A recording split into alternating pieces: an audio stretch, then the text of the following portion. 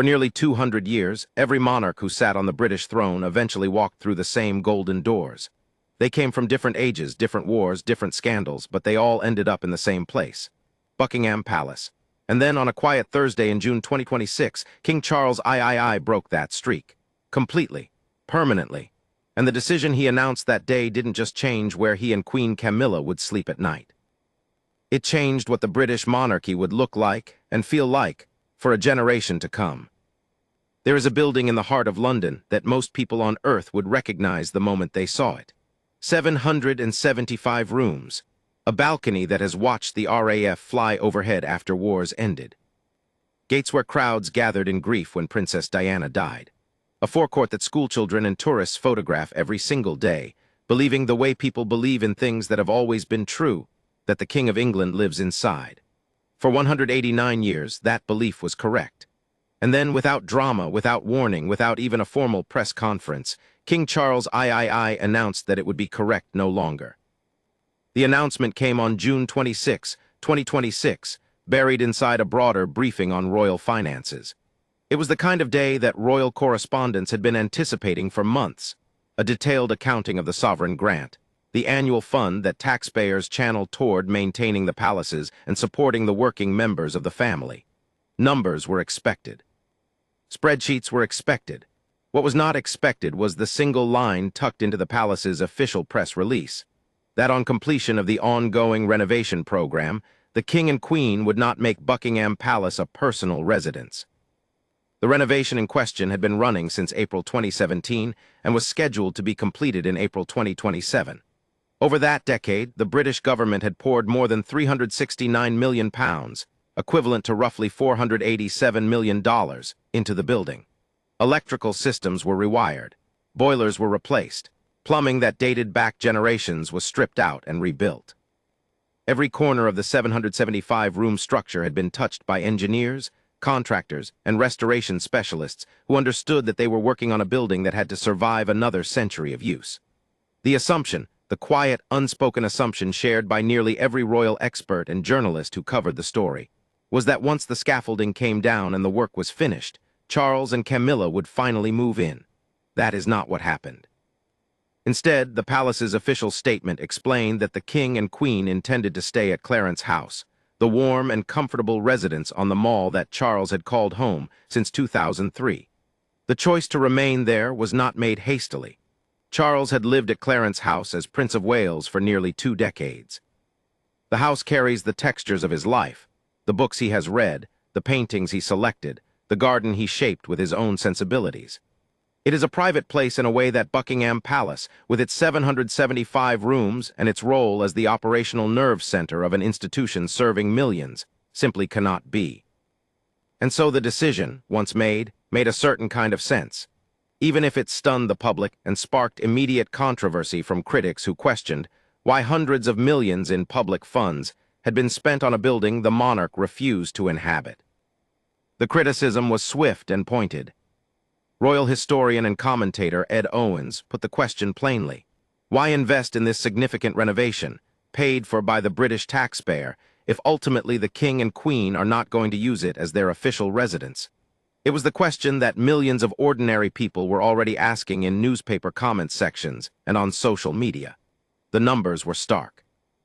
Almost $500 million spent on a building that would now function not as a royal home, but as what the palace's own spokesperson called the ceremonial and operational center of the monarchy.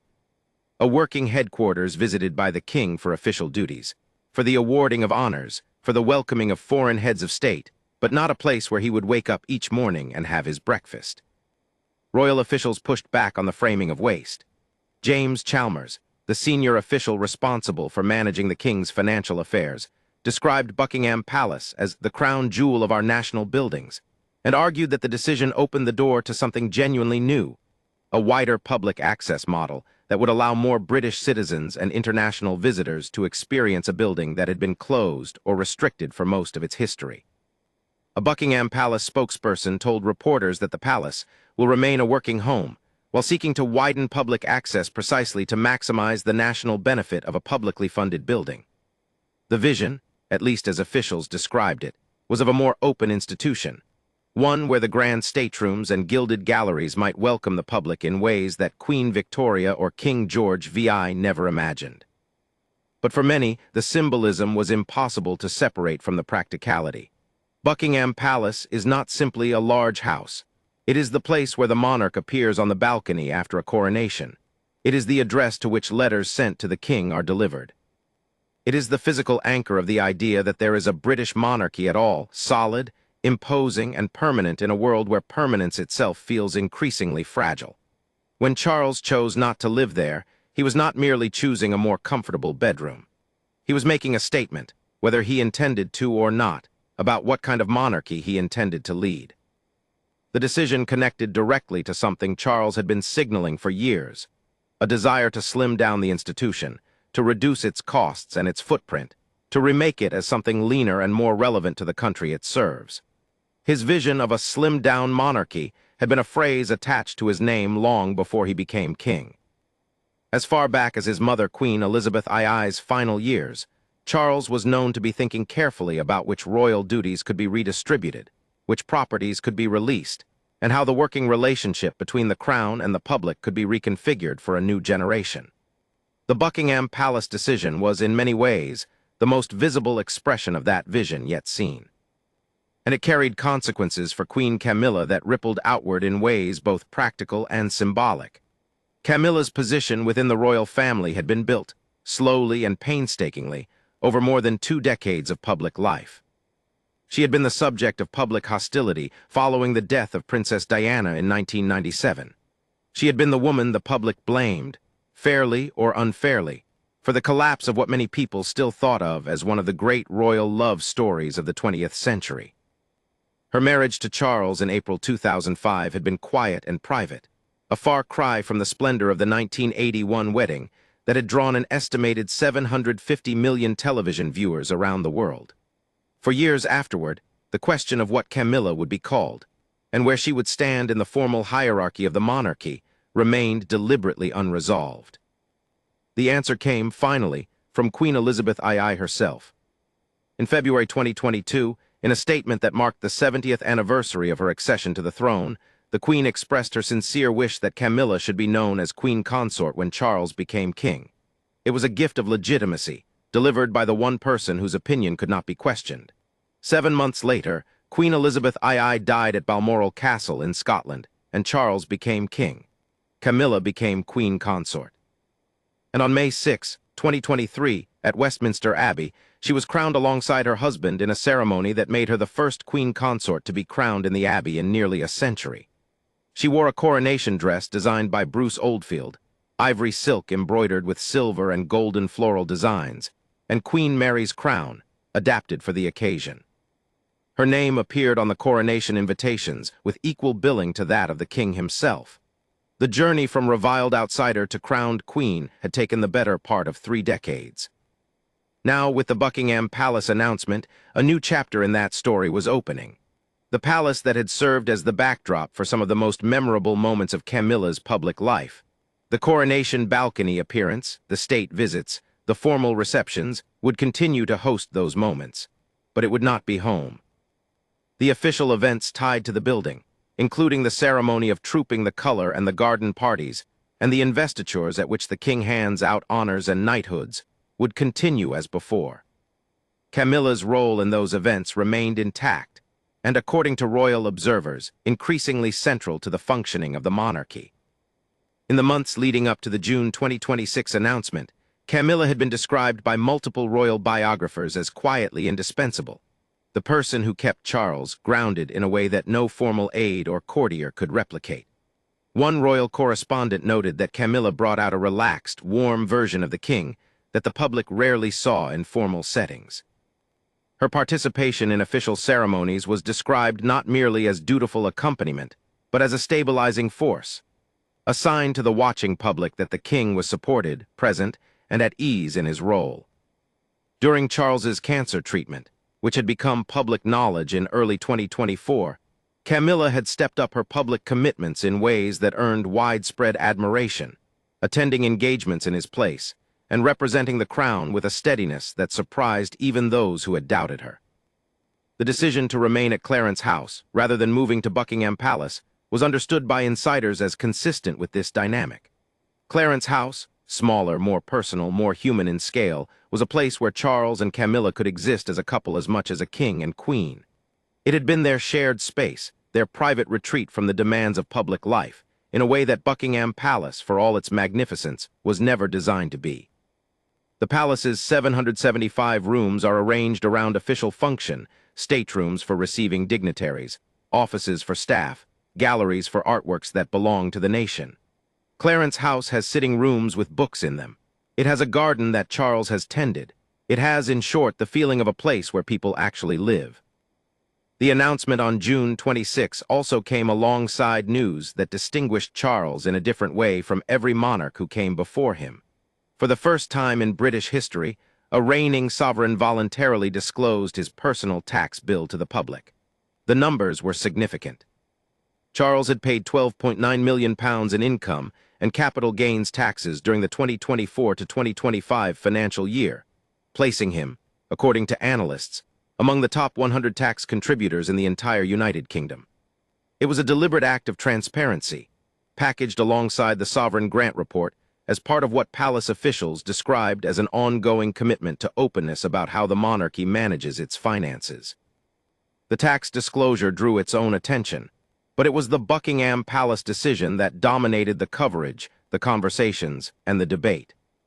Critics of the royal family had long argued that the institution's relevance depended on its willingness to evolve, to shed the trappings of an earlier era, and remake itself as something that ordinary people could connect with and feel pride in rather than resentment toward. In that sense, Charles's announcement could be read as a fulfillment of a long-standing promise to modernize. But critics of the specific decision argued the opposite, that abandoning the most iconic address in the monarchy's geography sent precisely the wrong signal, suggesting not modernization but retreat. The argument went that a king who chose a private comfort over the grand, symbolic weight of Buckingham Palace was not making the monarchy more relevant, but making it smaller in ways that could not easily be undone. What was clear, cutting through the noise on both sides, was that the decision was irreversible for Charles's reign. The palace statement left no ambiguity on that point. For the rest of his time as king, he and Camilla would live at Clarence House. Buckingham Palace would remain, in the words of one senior official, Monarchy HQ, the ceremonial engine of the institution, the building where its most important public functions would be performed and its staff would work. But the lights in the private quarters would not be lit each evening by the presence of the king and his queen. Prince William had, in the years leading up to this announcement, made similarly unconventional choices about his own future. The Prince of Wales had been clear that Windsor, specifically Forest Lodge at Windsor Great Park, was his preferred family home, his forever home, as those close to him described it. William had no intention of moving back to London as a permanent base, and certainly no intention of making Buckingham Palace his home when, eventually, his own time as king came. The pattern, seen across both the current king and his heir, suggested something larger than a single personal preference. It suggested a generational shift in how the most senior members of the British royal family understood their relationship to the palaces that had defined the institution for centuries. By the end of June 2026, the conversation had settled into something more reflective than reactive. Royal experts who had initially expressed surprise began to contextualize the decision within the longer arc of Charles's reign, a reign that had, from its very first days, been shaped by a king who was already 73 years old when he took the throne, who had spent decades thinking carefully about what he wanted the monarchy to become, and who was not inclined to follow precedent simply because precedent existed. The end of nearly 2 centuries of monarchs living inside Buckingham Palace was, in that context, not a shock but a conclusion, the logical endpoint of a modernization project that Charles had been quietly advancing his entire public life. Queen Camilla's portrait, unveiled alongside the king's at the National Gallery in May 2025, had shown her in the ivory coronation dress, the crown visible, the robe of estate draped over her shoulders. The image was formal, regal, and unmistakably the portrait of a queen. The 2 portraits had moved in June of that year to the throne room at Buckingham Palace, to hang in a building where neither the king nor his queen would make their home, but which would carry their image, their legacy, and their crowns for as long as the institution they served endured. That is perhaps the most accurate way to understand what King Charles decided on that Thursday in June 2026. He did not abandon Buckingham Palace.